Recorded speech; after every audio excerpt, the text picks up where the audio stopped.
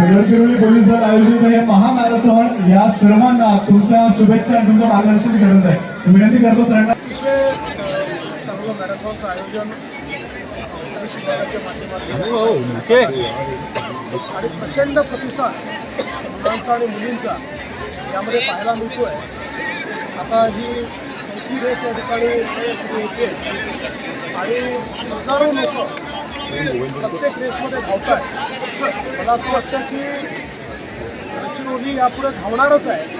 हे स्पिरिट गडचिरोलीच्या युवांनी आज या मॅरेथॉनच्या माध्यमातून दाखवून दिलं आहे. गडचिरोलीला कोणी घाबरवू शकत नाही आणि गडचिरोलीला कोणी थांबवू शकत नाही हा संदेश या मॅरेथॉनने या ठिकाणी दिलेला आहे. मी या सगळ्या तरुणाईचं अतिशय मनापासून अभिनंदन करतो. एबीपी माझा, उघडा डोळे बघा नीट.